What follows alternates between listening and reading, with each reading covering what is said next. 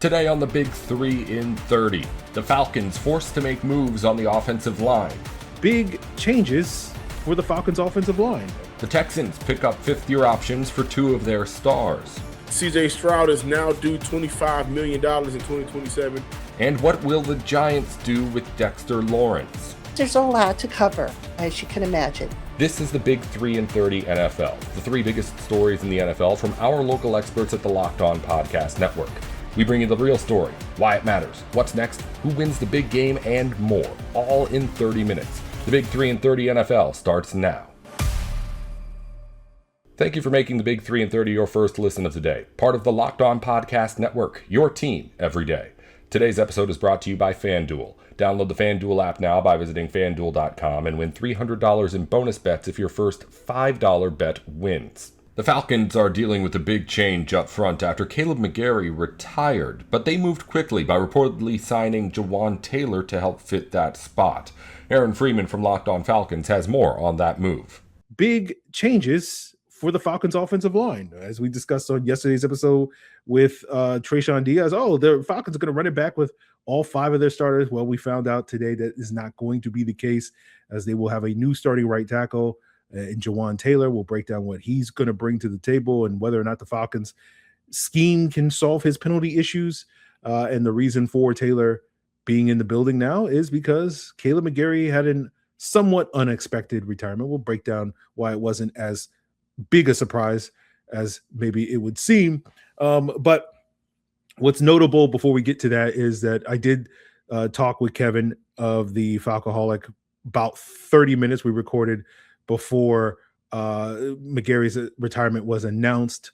So I don't think it's going to be as much of a topic on today's episode, but tomorrow, our next episode, when we get into the bulk of the remainder of that conversation with Kevin about trade backs and whatnot, we will be talking about the offensive tackle, and just know that we didn't know that Kaleb McGary was not going to be here. But, obviously talking about the immediate impact of McGary's retirement, it creates a significant hole for the Falcons to fill at right tackle.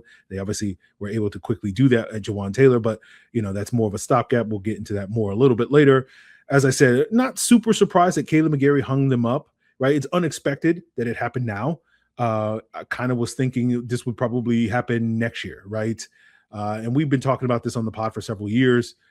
This has kind of been Kaleb McGary's plan all along, right? That he gets paid, he uses that money to build a bunker somewhere in an undisclosed location in the Pacific Northwest, and lives in that bunker and proceeds to wage war with the United States government. And I'm kidding on that last point, but if you know anything about Ruby Ridge, that is kind of I imagine Kaleb McGary is like that's how I want to go out. But it's notable to me because if Kaleb McGary had retired a year ago, I think by and large the fan base would have been like good riddance. And I know there are still people out there that are still like good riddance with Kaleb McGary, but it did feel fascinating to me to watch kind of the tide kind of turn on how people view Kaleb McGary due to, absence makes the heart grow fonder, as we found out last year with him missing all of last season with a knee injury. And I feel like Falcon fans finally started to appreciate what Kaleb McGary brings to the table, which is that toughness, that physicality, that run blocking ability. And so I think, moving forward with the Falcons, they're going to lose something in that regard. I think much will be made about, who's going to protect Michael Penix and Tua's blind side, as it was made last August when McGary first went down and Penix was the starting quarterback. Like I said then, I feel like that notion is a little bit overblown.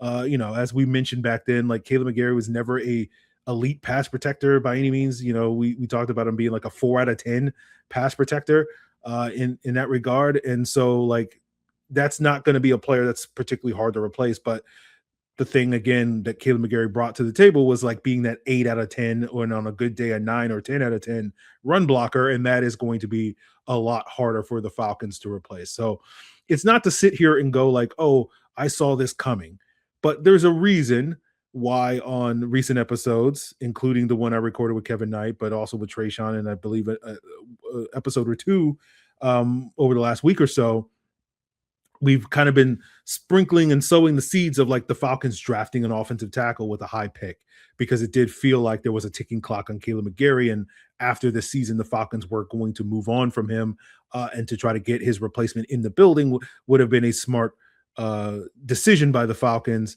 And so like we've been kind of moving in that direction of like talking about offensive tackle being, a priority need for this team.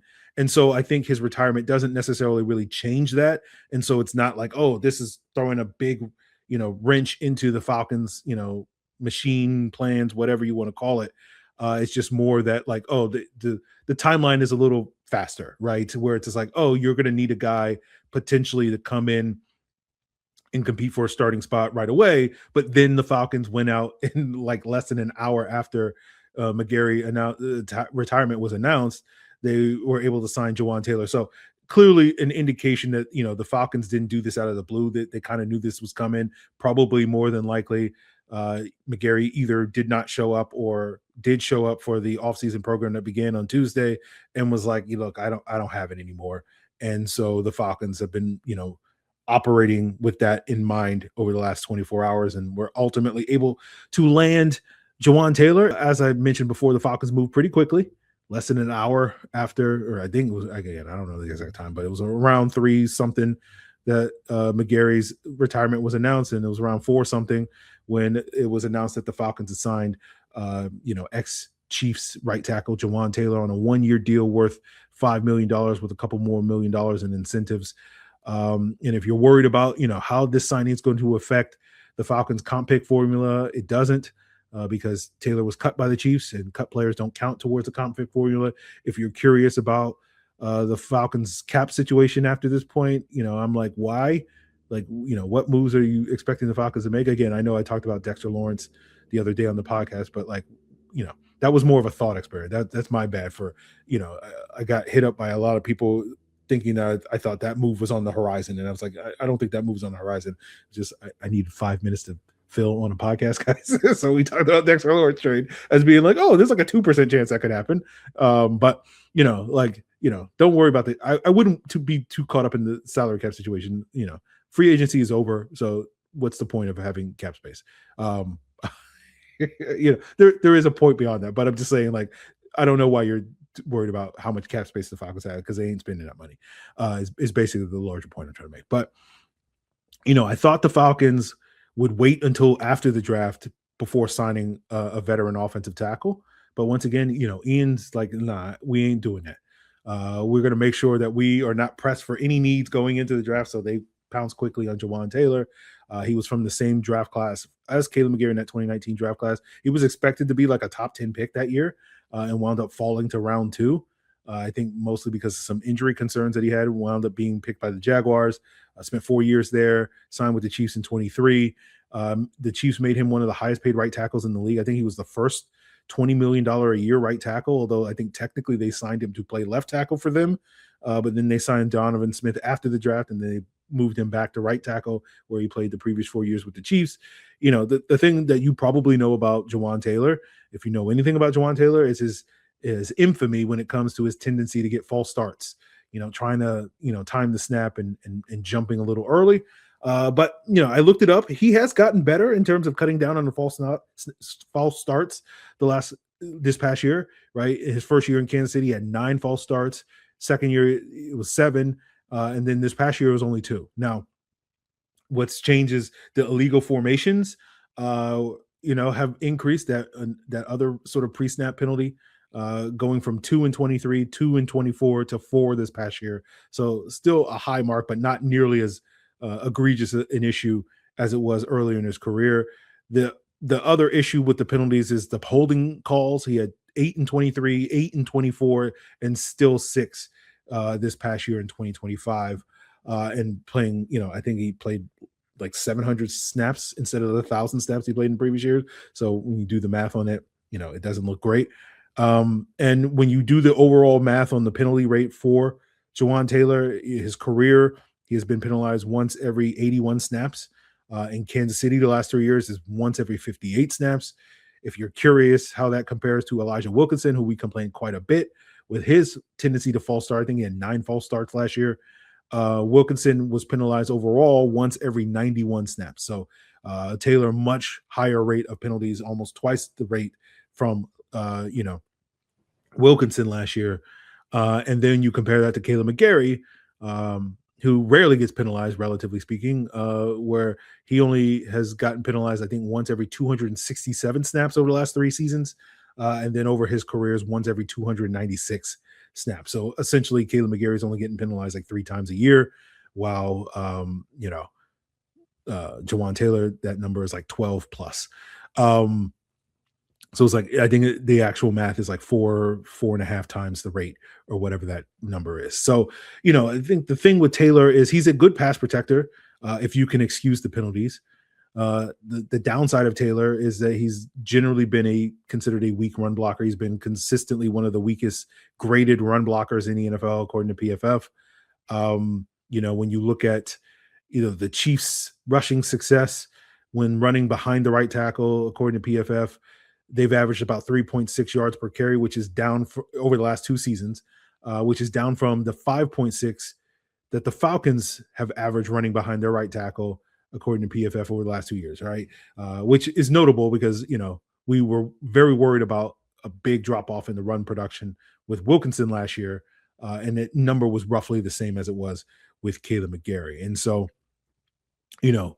to Wilkinson's credit, which I know we don't like to give Elijah Wilkinson too much credit, given some recent comments he made about the team and the fan base, on social media as of late. But he did a solid job holding it down there. The NBA playoffs are here, where every possession matters, every matchup is magnified, and every game can swing a series. And right now, FanDuel is giving new customers a great way to get in on the action. You can bet just $5 and get $250 in bonus bets if your first bet wins. The app makes it easy to follow the action with player stats, trends, and matchups all in one place. And during the playoffs, the extra insight really matters when you're looking at stars, role players, and key moments. It just makes the entire playoff experience more engaging from start to finish. As we round out the regular season, the Celtics play the Knicks in Madison Square Garden tonight. Line is at -5 on FanDuel. If you want to go the other way, Boston money line is 176, plus 176 on that line. Head over to FanDuel.com to get started. FanDuel, play your game. Welcome back to the Big 3 in 30 NFL. The Texans picked up 5th-year options on both C.J. Stroud and Will Anderson, locking in 2 cornerstone players through the 2027 season. John Hickman from Locked On Texans explains what that means for Houston going forward. C.J. Stroud is now due $25 million in 2027, while Will Anderson Jr. is due $21 million in 2027. North of 25 and 21 for both of those players, respectively. Still life-changing numbers. So if they run across this podcast, help a brother out, right? But I still think Houston gets the extension done with Will Anderson Jr. first.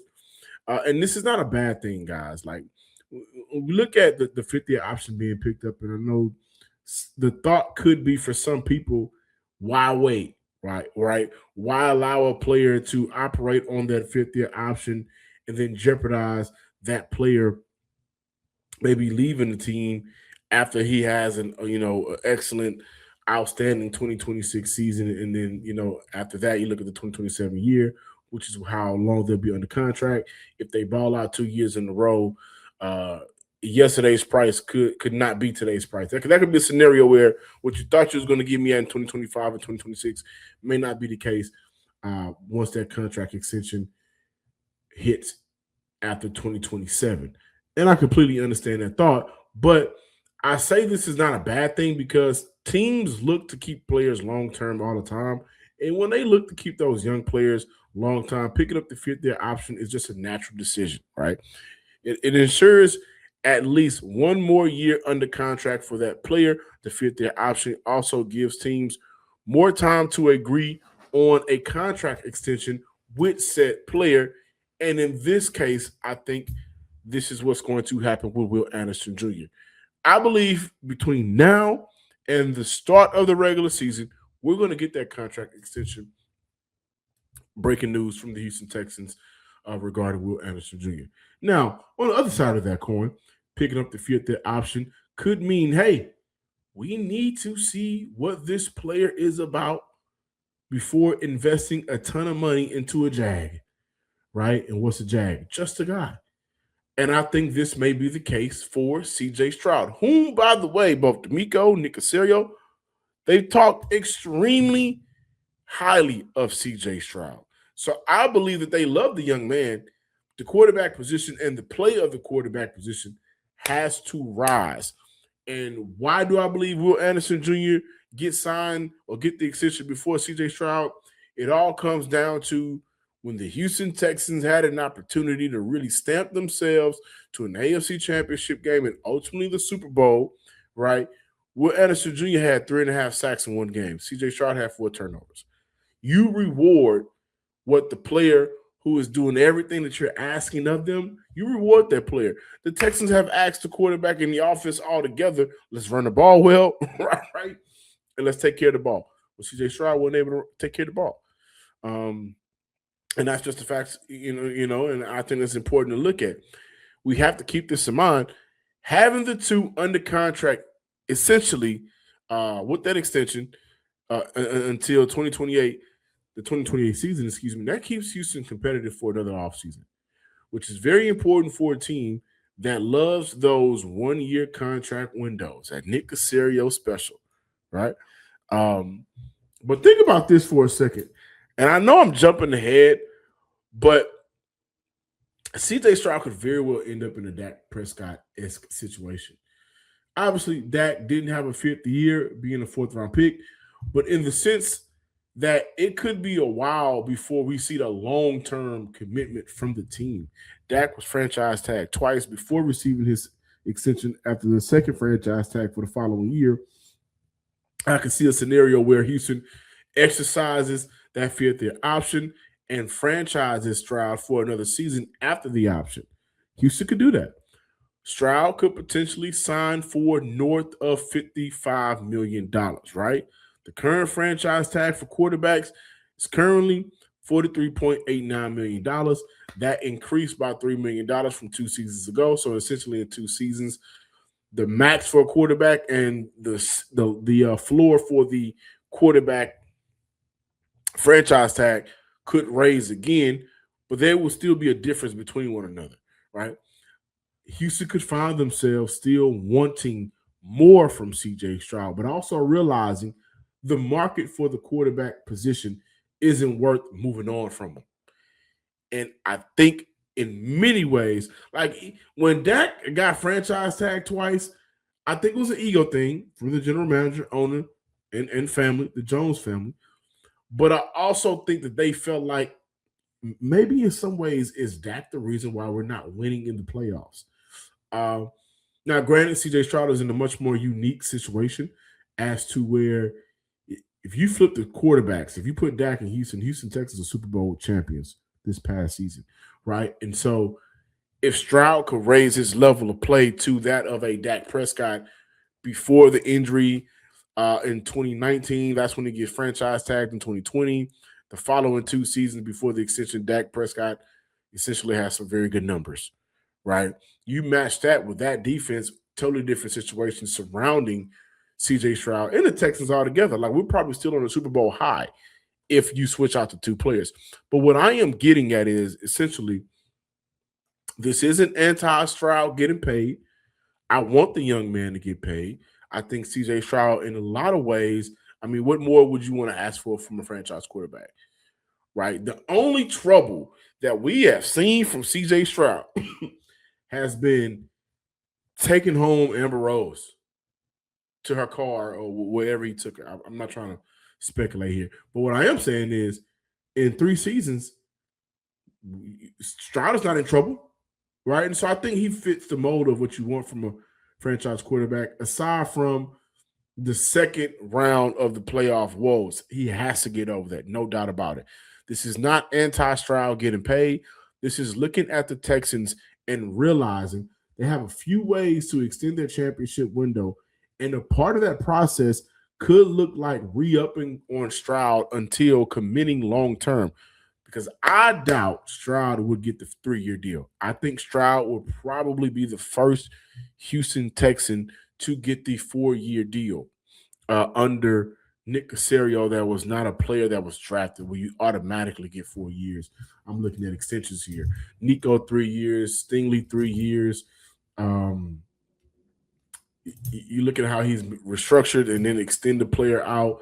So for Danielle Hunter, another year. This will be his 3rd year. Dalton Schultz 3 years, things of that nature. But I think when you look at the quarterback position, the market is what the market is going to be. Not too much fluctuating with the market unless you have a tier 1, tier 2, tier 3 quarterback or a journeyman quarterback. But when it comes to the years, if Nick Caserio can pull off a 3-year deal with C.J. Stroud, yeah, we will talk about him a little bit differently on how he changed the game. Other than that, I see a 4-year deal. I see C.J. Stroud between $50 to $60 million, especially if he capitalizes and rebounds, actually, if he capitalizes on what Houston has presented with him this offseason, Foster, the new offensive line, Montgomery, things of that nature, what they'll provide him in the draft offensively with Tank Dell coming back and bounce back from this past season, then he's going to get that money he's looking for. If he doesn't, then maybe you look at under $50 million. Still hard to kind of see how teams view quarterbacks, but ultimately overall, I want to see Stroud get paid, but he has to do a few things. And the Houston Texans picking up his 5th-year option was the smartest decision, because essentially, once again, both with Will Anderson and C.J. Stroud, I think Will get paid first. They'll be able to Dak Prescott C.J. Stroud a couple of times, where franchise tag, extension. In the case of Stroud, 5th-year option, franchise tag, extension. If he doesn't do what is deemed whatever the Texans want to see from him. And I think that's cutting down turnovers, that's increasing red zone play and the offense altogether, and getting into the end zone a lot more. It's tax time, but for a lot of us, the old way of doing taxes is a lot.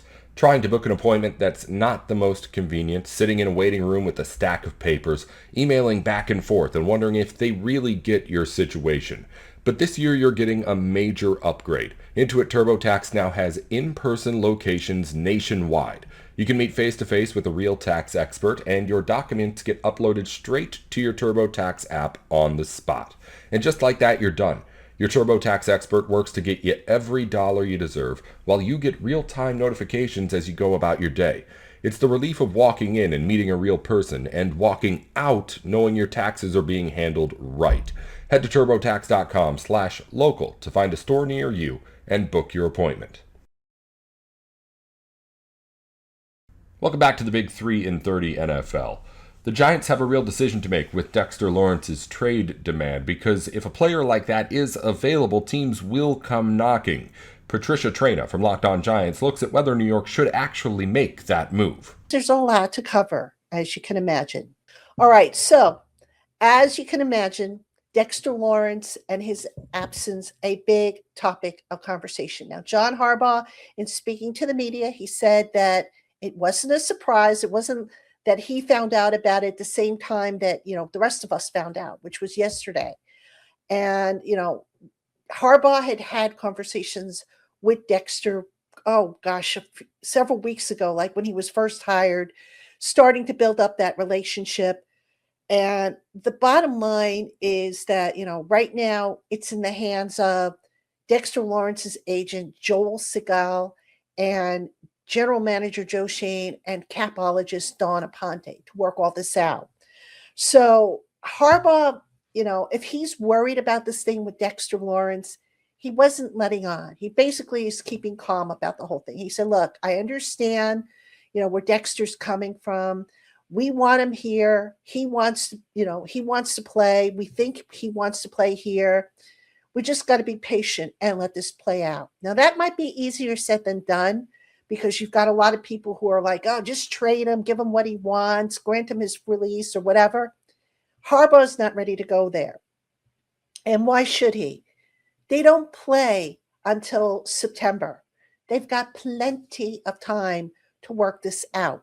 All right. So although Harbaugh didn't put any predictions on this whole situation and when it might get resolved. Here's what I can tell you. If Dexter Lawrence isn't traded by the time we get to the draft, he'll be back. All right. If the Giants are going to move him, and I think that is a big if, because I don't believe the Giants are going to get what they might be looking to get for Dexter Lawrence, which would be at least a first-round pick in this year's draft.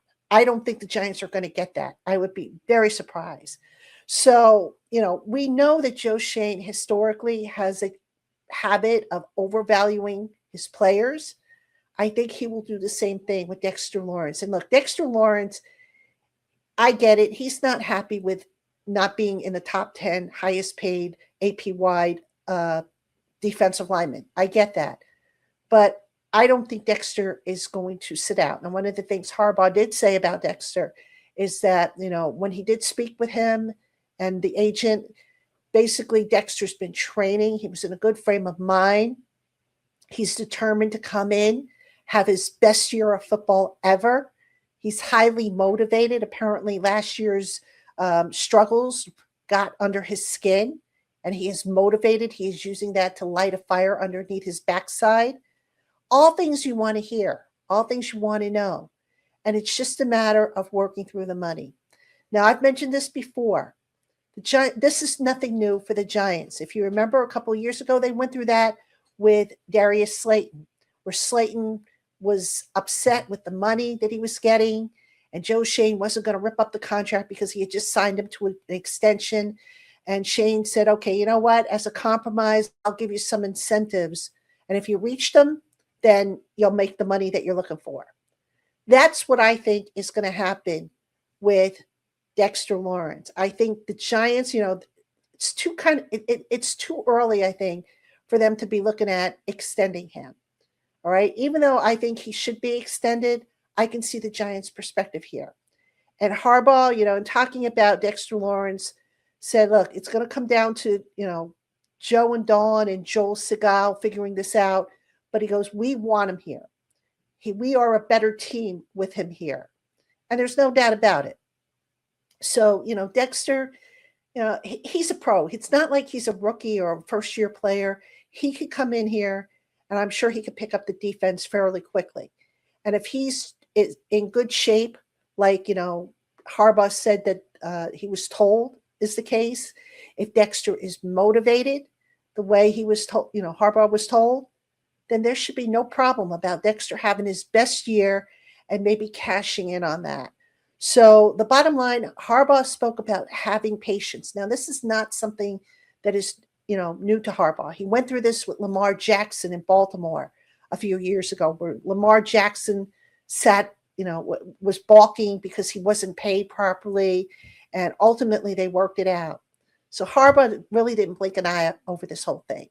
His focus was on getting to know the players who showed up. And by the way, everybody showed up except for Dexter Lawrence, Paulson Adebo, and Sam Roberts, right? Adebo, nobody knows why Adebo didn't show up. But remember, it's a voluntary program. So maybe he had a reason, or maybe he was, had a flight cancel. Nobody knows the reason why. Harbaugh didn't even know the reason why. So I guess he was going to find that out after we got through with the call with him. And Roberts, I think, had surgery. So Harbaugh had said something about Roberts was not cleared yet to fly because the stitches had to heal. So, 3 guys didn't show up out of, I think, I want to say 78 guys that they have on the roster, I think. So that's not too bad. And by the way, I think a misconception a lot of people have is that just because a player shows up the first day, they think that the player is going to show up every single day. Doesn't work that way. Guys come and go. We just don't hear about it. So, that's common. Guys that have workout bonuses, they'll put in the time necessary to collect those workout bonuses. But not everybody's going to be there every single day.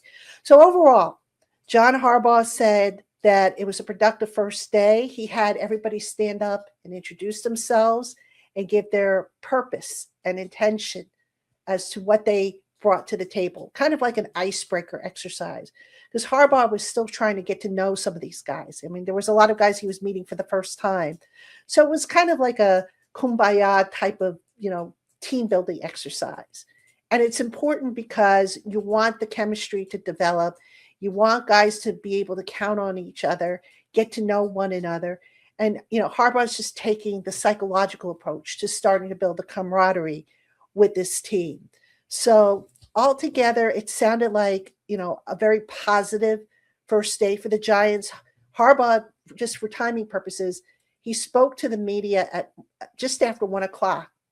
And the program started, I believe, 7:00 in the morning. So I think it went from 7 till noon. So Harbaugh spoke after the program was done.